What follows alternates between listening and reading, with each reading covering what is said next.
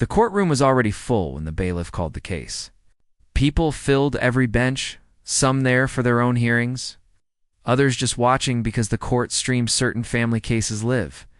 A small camera sat quietly in the corner, its red light on, sending everything happening inside the room out to the public. It made the air feel heavier, like every breath mattered more than usual. The main figure sat alone at the long wooden table, hands folded tight, eyes fixed on the floor. This was not someone used to attention. Life had already been hard enough, without an audience. Being there felt like standing under a bright light with no place to hide. The clothes were clean but worn, chosen carefully to look respectful. Every detail had been thought through because today mattered more than anything else. Across the room sat the other party, confident and relaxed. She leaned back in her chair, arms crossed, lips tight with a small smile that came and went. She looked comfortable, almost entertained. From time to time, she glanced at the camera, then back at the judge's seat, like she knew something no one else did. The judge entered, and everyone stood. The usual words were spoken, the room settled, and the hearing began.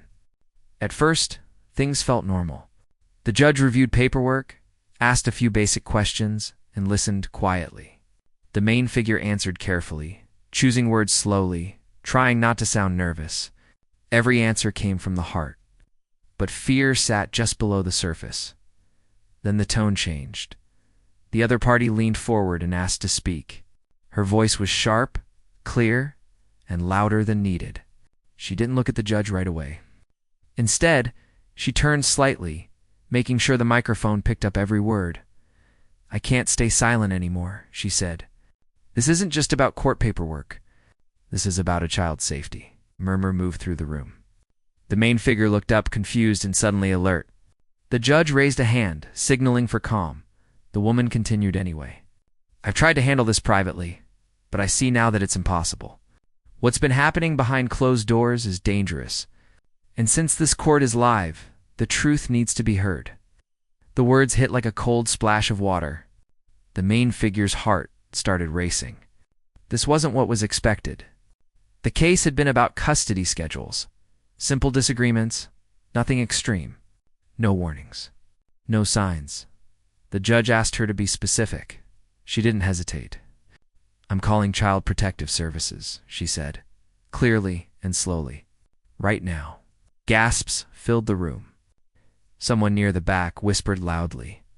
The camera kept rolling. The main figure froze. It felt like the room tilted.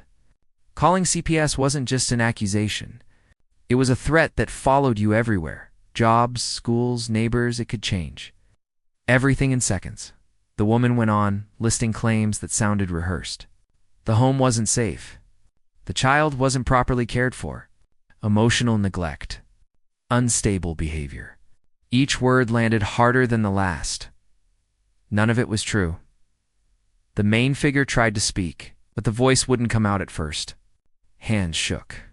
The judge asked for order, but the damage was already done. The words were out there, floating through the courtroom and across the live stream. "This is harassment." The main figure finally said, voice unsteady but honest, "None of that is true. This is the first time I'm hearing any of this." The woman shrugged. "Of course you'd say that." That small gesture hurt more than the words. It told everyone watching that she expected denial, that she had planned for it. The judge leaned forward, face serious. Accusations like these were not taken lightly. The judge explained the process, how CPS would be notified, how an investigation might follow. The tone was neutral, professional, but firm. There was no taking it back now. The main figure felt eyes everywhere. From strangers, from people who didn't know the full story, from the camera that never blinked. Shame burned in the chest, not because of guilt, but because of helplessness. Being talked about like a problem, not a person. The judge asked if there was anything to say in response. "I love my child," the main figure said quietly. "Everything I do is for them. I work hard. I show up. I don't know why this is happening." The woman smirked again. "That's not what I've seen." The judge warned both sides about false statements and reminded them of the seriousness of involving CPS. Still, process moved forward. A note was made. A call would be placed. The next steps were outlined. Another court date would follow. Just like that, the hearing ended. People stood and filed out, whispering. Some glanced back with pity. Others with curiosity. A few looked judgmental. The camera finally turned off, but it was too late. What happened would live online, clipped and shared. Taken out of context, the main figure stayed seated for a moment, unable to move. The room emptied around them. The sound of footsteps faded. It felt like the ground had dropped away, leaving nothing solid to stand on. Outside the courtroom, the hallway buzzed with noise. Phones rang. Lawyers talked. Families argued. Life went on for everyone else. The woman walked past, heels clicking, confidence untouched. She didn't stop. She didn't look back. To her, this was a win. A friend approached slowly, placing a hand on the main figure's shoulder. "We'll get through this," they said, trying to sound sure. But the fear was already deep. CPS meant questions, home visits, stress the child would feel, even if nothing was wrong.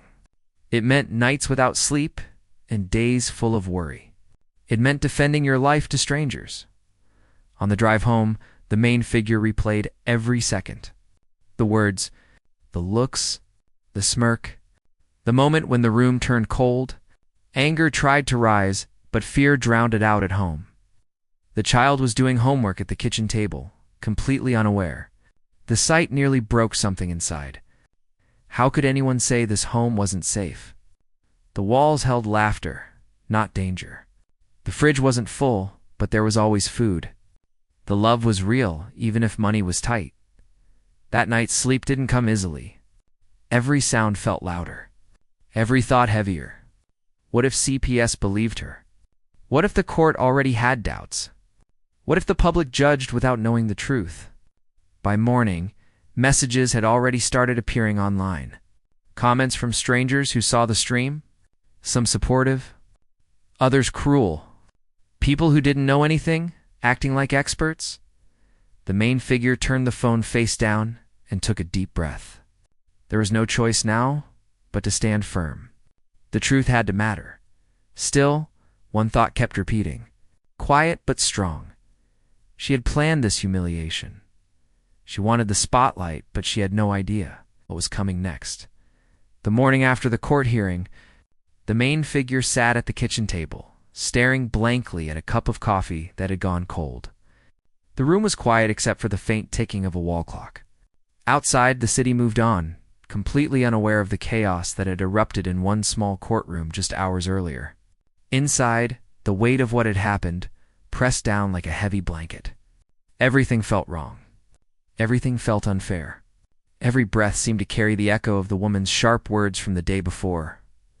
The child, still too young to fully understand what had happened, was quietly coloring at the other side of the table. Their small hands moved carefully over the paper, making shapes and lines that didn't seem to have much meaning.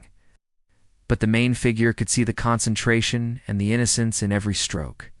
That sight both comforted and pained them. The home was safe. The love was real. Yet, a stranger had publicly suggested otherwise. And now an official investigation was underway. The phone buzzed on the counter. Messages from friends, family, and even some colleagues began flooding in. Some offered words of support. Stay strong. We know the truth. Others were more cautious. Be careful. You never know what CPS might say. And then there were messages that carried judgment, almost like small arrows aimed at a heart that was already bruised. Reading them was exhausting. Responding was harder. Every tap on the screen felt like opening a wound that hadn't healed. As the day wore on, letters and calls from CPS started arriving. A woman's voice on the phone explained the process: home visits, interviews, documentation, and timelines. Every word was professional and calm, but in the main figure's ears, they sounded like an avalanche. The child's routines, the small sense of normalcy in daily life, now felt fragile. Each hour stretched long and heavy. With the shadow of scrutiny following everywhere, friends began to visit, offering help, but even their presence couldn't erase the tension. They brought food, tried to make jokes, and spoke carefully about the court hearing, never daring to mention the live accusations. Some had seen the clips online and offered reassurances. But the main figure couldn't shake the feeling that everyone now carried a tiny seed of doubt. It was exhausting. It was unfair. It was real. Meanwhile, work became a battleground of its own. Colleagues who had once been friendly now glanced a little longer, whispered a little more, and sometimes avoided eye contact entirely. Rumors traveled fast, fueled by the online clips and the public nature of the case. Even though the workplace had nothing to do with the child or the court, the main figure could feel judgment in every interaction. Every email, every casual question felt like it carried hidden meaning.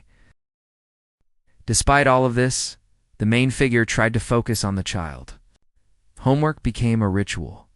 Meals were carefully planned. Bedtime stories were read with extra care, as though every moment of attention could counterbalance the humiliation suffered the day before. Every hug, every laugh, every small conversation became a shield against the storm outside. Yet at night, when the child was asleep, the main figure would sit alone and feel the fear creeping back in. CPS could arrive any time.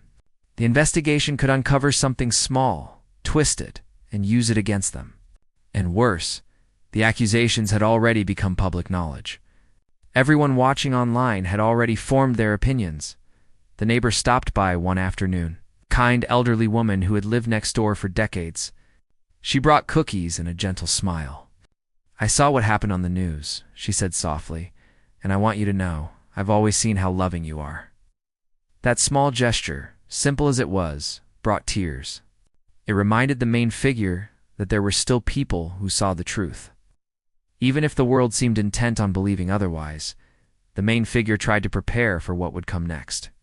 Legal documents, phone calls to lawyers, and planning for potential CPS visits became daily routines. Every detail of the home was examined in their mind, every conversation with the child remembered carefully. Nothing was left to chance. Every move became strategic, not because the home lacked love, but because the accusations had forced the main figure into a defensive position that never imagined needing. Time passed slowly. Each day a repetition of fear and preparation. At night, the main figure would lie awake, replaying every word spoken in court, imagining every possible scenario for the investigation. What questions would CPS ask? How could the child be protected from unnecessary stress? How could truth prevail against a public lie? The mind refused to rest. Every plan seemed too small, every effort too late. Yet giving up was not an option. Even the child began to notice the tension. They asked questions in innocent ways. Why is everyone talking about us? Or will they take me away? Each question broke the heart in pieces. The main figure answered as carefully as possible, speaking in gentle tones that belied the storm inside. "No one can take you from me," they whispered. "I'm here. I love you. That will never change." Friends continued to help in small ways. Some offered rides to school, others brought meals, and a few even stayed overnight to provide a sense of safety. Yet, despite all the support, the main figure often felt isolated. The public nature of the humiliation made even loved ones hesitant to intervene too visibly. The fear of judgment lingered, a constant shadow. Through it all, the main figure found moments of clarity. Small victories appeared in the everyday. A completed homework assignment, a shared laugh, a quiet evening without interruptions. Each moment became proof that life could continue, despite the accusations that love could survive scrutiny, and that courage could be quiet, patient, and enduring. As the next court date approached, anxiety grew. Every sound in the home felt amplified. The child's laughter could not mask the tension that had seeped into every corner. Every knock at the door could be a CPS visit. Every phone call could carry new stress. The world had changed in a single day, and now the main figure had to navigate the uncertain waters with careful balance, protecting the child, themselves, and the truth. Yet beneath the fear, a small spark of determination burned. The main figure realized that humiliation could not define them. Accusations could not erase the years of care and love they had poured into raising their child. The world might see the moment captured on a camera, but truth could survive scrutiny if approached with patience, honesty, and resilience.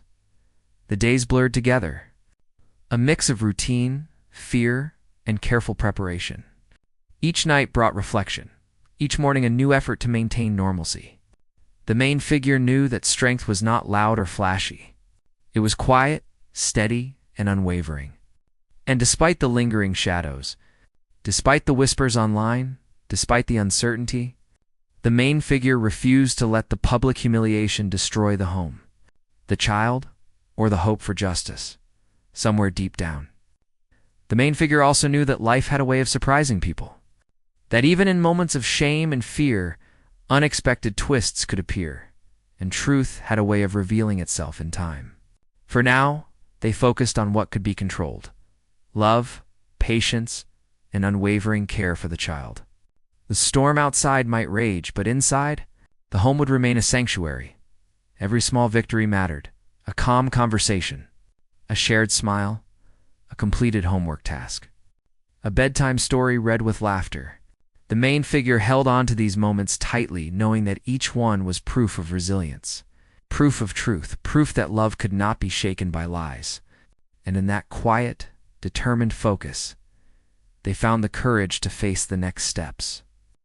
Whatever they might bring, the main figure understood that this was not the end of the struggle. The investigation would come, court would resume, and the world, online and offline, would continue to watch. But for now, standing quietly in the home filled with love, they realized that while fear could linger, it could never replace courage. And in that realization, the first seeds of hope began to grow. The main figure watched the child sleep that night. Soft breathing and peaceful face, a stark contrast to the tension of the past days. The phone lay face down on the counter, the television silent. The world outside continued, oblivious to the quiet battles being fought inside one small home. And yet, despite the uncertainty, the main figure felt something rare and precious, a sense that no matter what came next, they would face it with courage, with love. And with the truth on their side, tomorrow would bring more challenges, but tonight offered a moment of calm, a chance to breathe, to reflect, and to gather strength. The public humiliation had left marks, but it had not broken them. The child's safety, the home's integrity, and the truth were still intact. And with that thought, the main figure closed their eyes, ready to face whatever the world would throw next, confident that they were not alone, and that justice, in its own way, would have a chance to reveal itself. The morning of the next court date arrived with a tension that felt heavier than the first. The main figure woke early, careful not to wake the child, and went through the motions of getting ready with a sense of quiet urgency. Clothes were chosen to look neat and responsible. Hair combed carefully, hands scrubbed, and every detail checked more than once. The night's uneasy sleep had left eyes heavy, and the heart still carrying a dull ache. But there was also a resolve now, firmer than before. This was a chance to reclaim control. The drive to the courthouse was slow. Every red light, every car horn, every pedestrian on the sidewalk seemed to echo in the mind, reminding the main figure that the whole world was watching, or at least that it felt that way. The first hearing had been public. The live stream had captured the humiliation for anyone to see. Every person in the courtroom, every click of a camera, every whisper of a bystander had become part of an invisible jury. And the weight of their imagined judgment pressed heavily on every thought. Arriving at the courthouse, the main figure paused at the steps. The building was imposing, cold stone walls rising against the sky. People moved in and out, some with their own cases, others just observers, some serious, some curious. The air was filled with distant murmurs, occasional gavel sounds, and the faint hum of courthouse machinery. The main figure inhaled slowly, steadying the mind, reminding themselves that fear could be a tool, but courage had to lead. Inside the courtroom had a familiar arrangement. Benches filled with spectators, the judge's bench looming high, tables for the parties, and the small camera in the corner, still ready to broadcast. The main figure's hands rested on the polished wooden surface, fingers lightly drumming, heart quietly thudding. The child stayed nearby with a friend's parent, waiting quietly, trying not to sense the tension. Even small movements felt magnified in that space, like every sound could be interpreted. Her glance scrutinized. The opposing party arrived, and the energy shifted immediately. She carried the same air of confidence, her smile calm, almost smug, as if she had rehearsed this moment countless times. Every movement seemed deliberate, every glance measured. The main figure's stomach tightened. The previous humiliation had been sharp, but today felt like a heavier shadow. A second wave of public scrutiny and fear. The judge entered, and the room settled. The gavel hit sharply, silencing murmurs and establishing order. Papers rustled, voices quieted, and a hush filled the room. The judge's eyes scanned the room, landing briefly on each party, signaling readiness. The atmosphere was tense. Like the calm before a storm, thick and heavy, holding the promise of confrontation and revelation, the hearing began with formalities. Questions about scheduling, documentation, and procedural matters. The main figure answered clearly, voice steady but calm, careful not to reveal inner turmoil. The child's presence lingered in the mind, a quiet reminder of why every word, every action mattered more than personal pride. Then an interruption came. The courtroom doors opened slowly, and someone unexpected walked in. Heads turned subtly, some whispers spreading like sparks.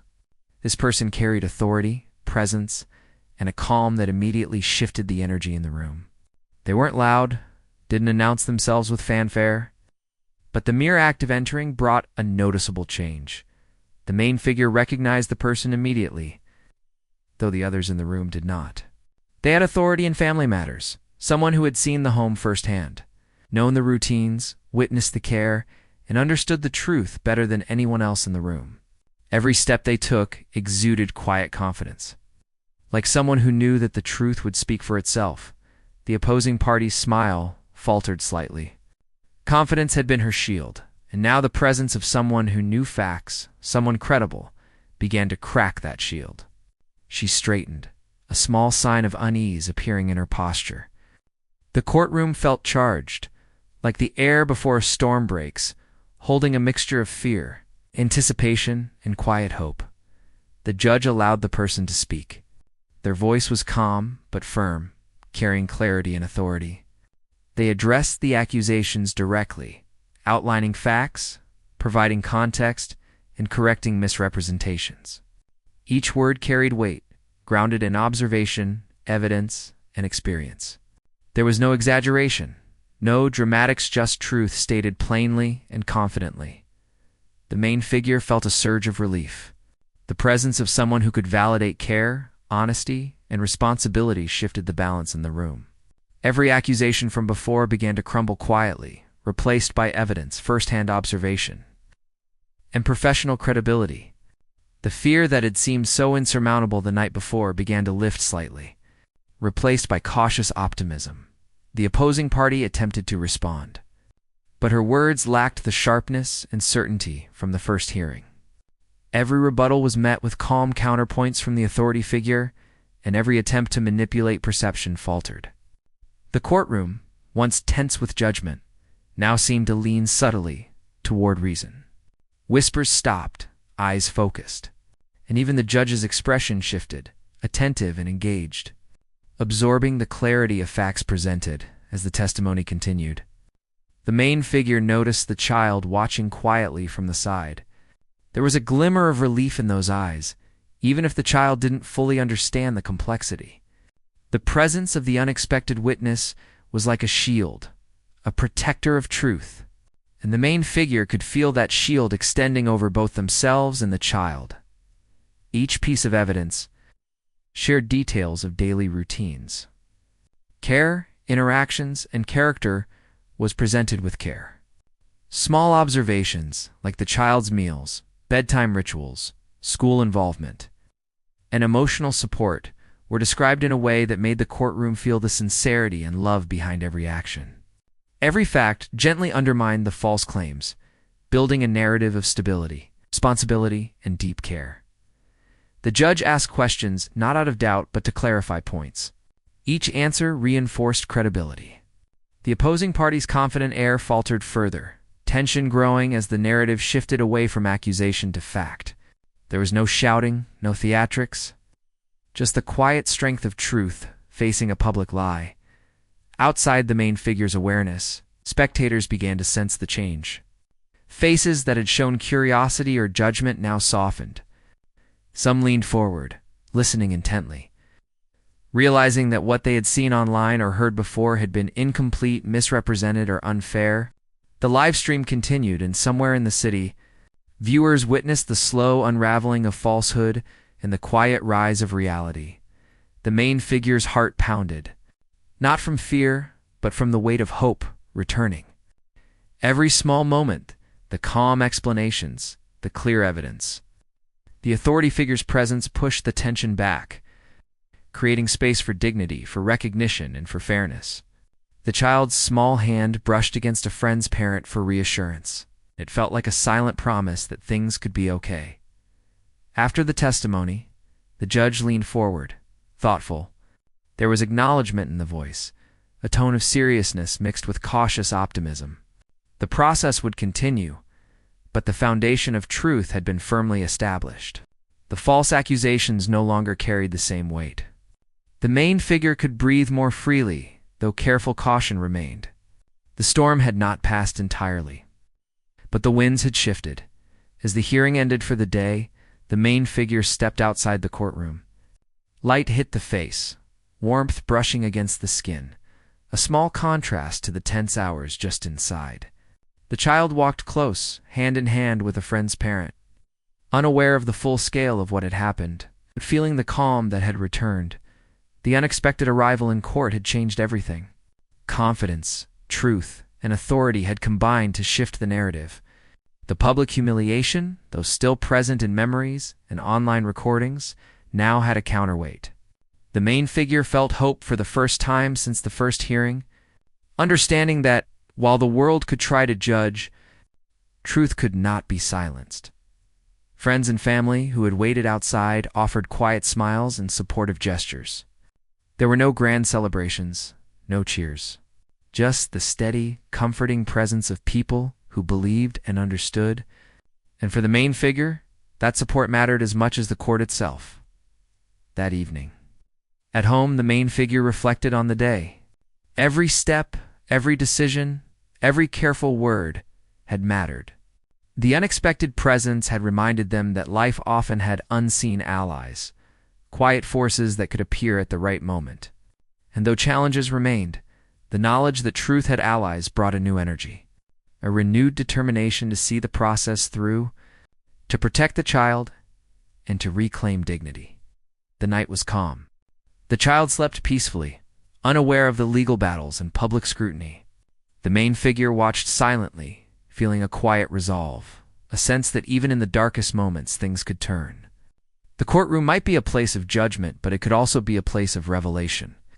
And tomorrow, with courage, care, and truth, the next step would be faced with strength, unshaken by fear, and ready for whatever came next. The first wave of public humiliation had passed, replaced by a quiet, unfolding shift. The main figure understood that life would continue to test them, but also that support, truth, and timing could create unexpected openings. And in that understanding, hope began to grow steadily, like the first light of dawn breaking across a long, dark night. The day of the next hearing arrived with a quiet intensity. The main figure woke early, the weight of the previous courtroom drama still pressing on their chest. The night had been restless, thoughts spinning between fear, hope, and determination. They moved carefully around the kitchen, preparing breakfast for the child. Their hands steady despite the nervous tension inside. Each small routine, each familiar act, felt like an anchor in the storm that had become their life. Outside, the morning was calm, sunlight breaking through clouds in soft streaks. It should have felt peaceful, but the main figure knew better. The courtroom awaited. The accusations, false and sharp, were still out there, and today could finally shift the outcome in a meaningful way. Driving to the courthouse, every red light, every pedestrian, every passing car seemed to remind them that the eyes of the world were watching, even if only in fragments through screens and whispers. Inside the courthouse, the atmosphere was charged with quiet anticipation. The courtroom doors opened, and people began filing in. Friends and family of the main figure arrived early, giving reassuring nods and soft smiles. Each face offered a small measure of support, a reminder that truth had allies even when lies had been loud. The child sat quietly nearby, holding the hand of a trusted adult, too young to understand the legal complexity. But aware of the underlying tension, the opposing party entered. Confident as ever, wearing a carefully rehearsed expression of calm. But there was a subtle shift this time, a hint of uncertainty in her posture. She noticed the growing support around the main figure and the authority of the people present. Every step she took seemed measured, every glance sharp but slightly nervous. She had expected the same reaction as the first hearing: fear, embarrassment, and control. But the dynamic in the room had begun to shift. Even before the first word was spoken, the judge called the room to order, and the gavel hit sharply, silencing murmurs and drawing attention. The formalities of the hearing began, yet the air was different this time. There was an undercurrent of tension, not just from fear of the unknown, but from anticipation. The main figure had waited for this moment, rehearsing in their mind how to respond, how to maintain calm, how to let the truth speak. Then the authority figure who had appeared in the previous hearing took the stand. This person had first-hand knowledge of the child's life, home environment, and daily routines. They were calm, confident, and unshakable. A living reminder of reality in a courtroom that had seen only accusations and assumptions. Their presence alone changed the energy in the room, providing a quiet sense of order and truth. They began speaking, carefully outlining the daily life of the main figure and the child. Details flowed naturally. The morning routines, school preparation, homework assistance, meal times, bedtime rituals, and emotional support. Every fact was concrete, backed by observation and experience. The descriptions painted a vivid picture of care and consistency, a reality far different from the distorted claims presented before. The opposing party tried to interrupt, to inject doubt, but the judge was firm. The authority figure spoke with clarity, countering each false claim with evidence and first-hand observation. Every statement reinforced the main figure's credibility. The courtroom seemed to shift subtly with each fact, the invisible weight of public opinion beginning to balance toward reason. As the testimony continued, more evidence emerged. Photographs, school reports, and notes from teachers who had observed the child's progress were presented. Each piece confirmed what the main figure had lived daily but had been doubted publicly. The child's safety, education, and emotional well-being were all documented. Clear proof that the home was stable and nurturing. The main figure watched silently, absorbing each moment with a mix of relief and cautious optimism. The fear that had dominated every waking thought since the first hearing began to ease slightly. The authority figure's calm, factual presentation created space for truth to be heard, for dignity to return. The child's small hand was held quietly, a reminder that every effort, every struggle, every moment of care had mattered. The opposing party's confidence began to crack. Her gestures became sharper, her words less sure. Every attempt to manipulate perception was met with steady counterpoints. The judge's attention was focused, the courtroom audience silent but engaged. The public humiliation that had once seemed permanent was now being dismantled piece by evidence. Observation and honesty, the main figure realized. In a quiet moment of clarity, that truth had power not because it shouted, but because it was consistent, undeniable, and grounded in reality. The false accusations could not withstand the calm presentation of facts. The clarity of first-hand knowledge and the unwavering demonstration of love and care. Every small detail mattered. The child's laughter, the meals prepared, the homework help, the bedtime stories, the emotional guidance, all pieces of a puzzle that now formed a coherent and undeniable picture. The judge asked questions to clarify certain points. ensuring that every claim was substantiated. The authority figure answered calmly and thoroughly, leaving no room for doubt. The opposing party's attempts to sway opinion grew weaker, her frustration visible but contained. The courtroom's energy had shifted completely. Where there had been judgment and suspicion, there was now clarity and reason. After hours of testimony, the judge leaned forward, speaking with measured seriousness. The evidence presented had been compelling, the observations direct and credible, the main figure's consistent care undeniable. The judge emphasized the seriousness of making false accusations and the importance of protecting the child's well-being above all else. The tone was firm, fair, and resolute. The main figure felt a weight lift from their chest, though caution remained. The process was not yet complete, but the foundation had been firmly laid. The child's safety was affirmed, the home's stability recognized, and the public accusations quietly undermined by evidence. The courtroom, once a place of humiliation, had become a space where truth was reclaiming its place as the hearing concluded. The main figure stepped outside, sunlight warm on their face. The child walked closely, holding hands with a supportive adult, her small presence a reminder of why every struggle mattered. Friends and family offered quiet smiles, words of encouragement, and subtle gestures of relief. The day had been long and tense, but the shift was real, tangible, profound. That evening at home, the main figure reflected on the day's events. The authority figure's testimony had been a turning point. A reminder that truth had allies, that evidence mattered, and that love and care could withstand public scrutiny. The fear that had once seemed insurmountable now coexisted with hope. The public humiliation had not disappeared, but it had been countered by a clear demonstration of reality. The child, unaware of the full scope, still slept peacefully. The main figure watched quietly, feeling a renewed determination. Tomorrow would bring further steps, more questions, and continued observation. But the foundation of truth had been firmly established. The court had seen not just words but proof, and the main figure's patience, resilience, and consistent care had begun to speak louder than any accusation in the quiet of the evening.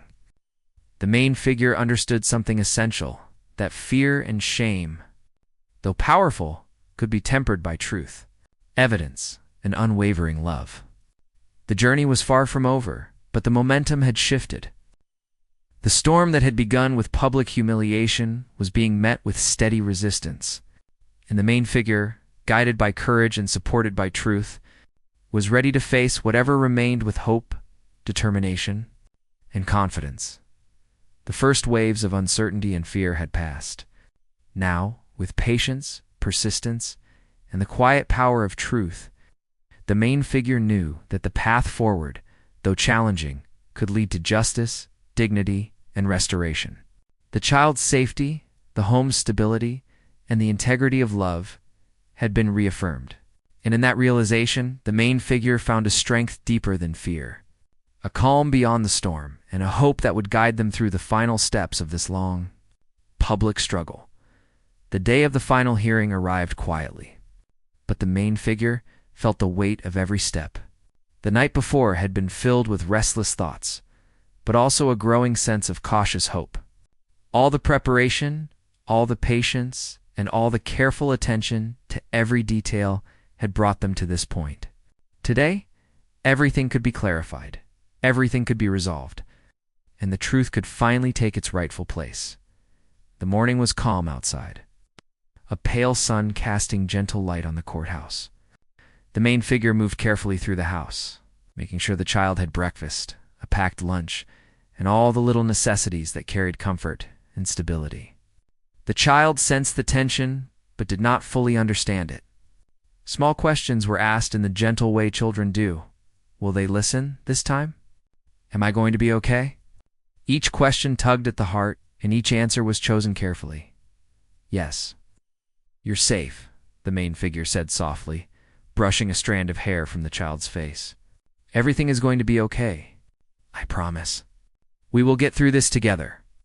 The words felt heavy, not because they were untrue, but because they carried the weight of the last few weeks. The accusations, the public humiliation, the stress, and the fear had not disappeared.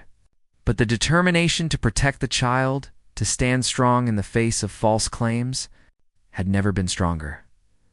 Driving to the courthouse, the main figure felt every traffic light, every passing pedestrian, and every honk of a horn as though it mirrored the tension inside. Yet beneath the surface, there was a quiet sense of resolve. The steps of preparation, the authority witness, the evidence collected, all of it had built toward this moment. The public humiliation that had started this journey no longer held the same power. It was time for clarity, truth, and dignity to take center stage. Inside the courthouse, the courtroom was already filled. Friends and family sat quietly, offering supportive nods and reassuring glances. The child stayed close to a trusted adult, calm but alert, sensing the significance of the day without fully understanding why. The opposing party entered with her usual air of confidence, but this time there was tension behind it. She could sense that the narrative had shifted, that the previous attempts to humiliate had been undermined, and that the authority figures present had tilted the balance toward truth. The judge called the court to order with a firm gavel. The air was still, charged with anticipation.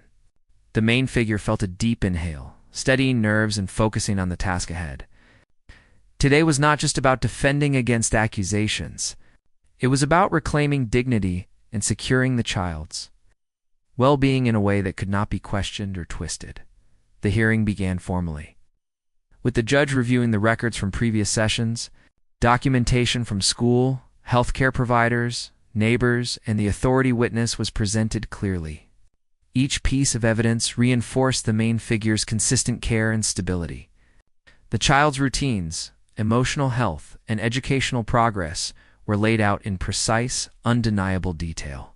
The court saw the life that had been lived, the love that had been given, and the stability that had been maintained despite external pressure. The opposing party attempted to challenge these points, but each objection was carefully addressed with calm, factual responses. The authority witness was present, ready to clarify any misrepresentation. Their presence kept the courtroom grounded in reality. Each claim that had once caused public humiliation was methodically dismantled, placed by evidence, observation, and first-hand testimony. The process was thorough, precise, and humane. The main figure watched quietly, absorbing every word. The courtroom, once a place of fear, was transforming. Where there had been judgment, there was now attention and understanding. Where there had been humiliation, there was now clarity.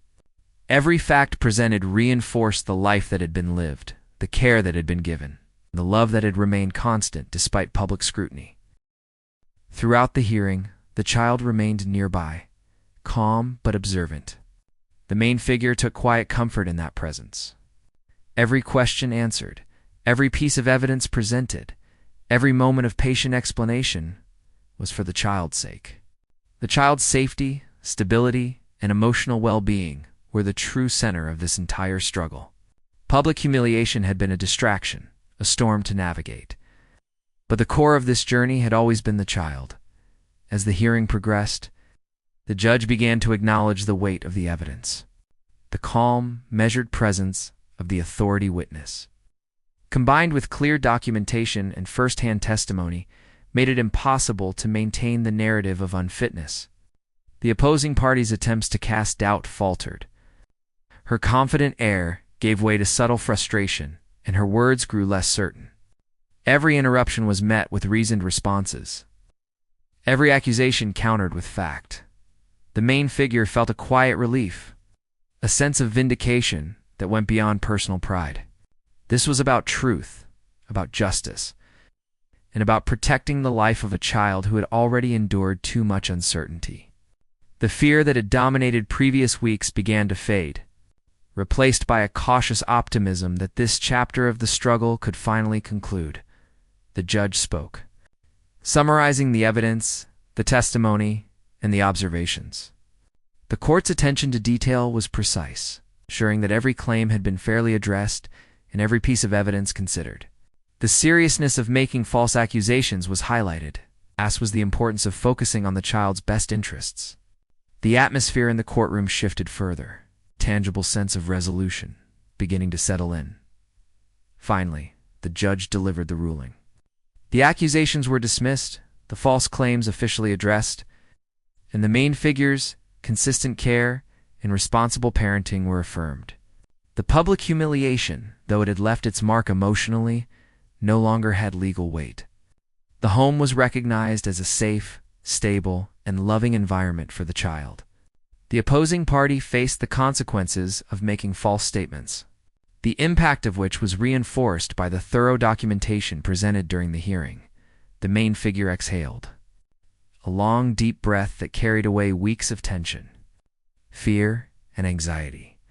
The courtroom, once a place of judgment and stress, now felt like a space of relief and closure. Friends and family offered quiet smiles and hugs, sharing in the unspoken understanding that the struggle had been long, but justice had prevailed. The child, still unaware of the full legal intricacies, sensed the calm and held tightly to the main figure's hand, a silent acknowledgement of safety and security.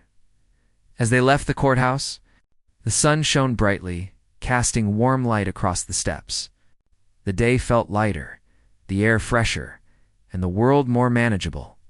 For the first time in weeks, the main figure felt a deep, grounding sense of peace.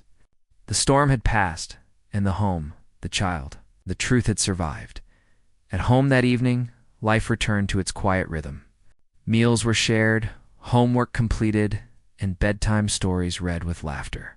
The child slept soundly, unaware of the full magnitude of the recent events, but secure in the love that surrounded them. The main figure reflected on the journey, the fear, the humiliation, the perseverance, and the unexpected moments of support that had made the difference. They understood something essential. Life could be harsh. People could be cruel, and public opinion could be unforgiving. But truth, patience, and consistent care held power beyond the reach of lies. Humiliation could wound, but it could not erase the integrity of love or the stability of a life, built with intention and care in the quiet of the night. The main figure watched the child sleep and felt a profound sense of accomplishment.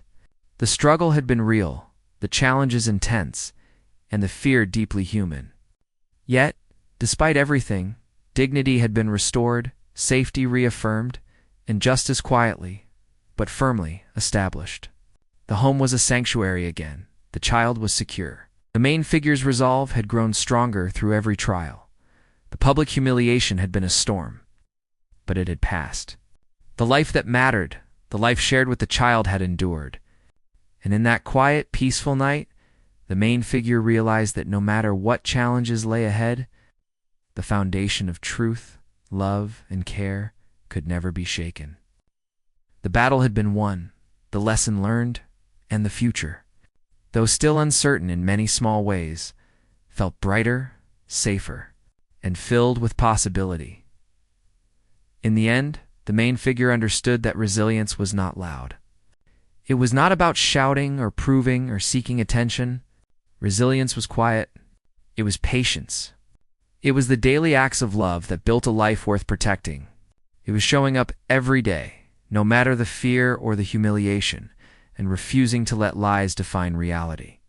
The storm had passed, the truth had prevailed, and the main figure, standing quietly in the warmth of their home, knew that life, love, and justice had finally found their place again.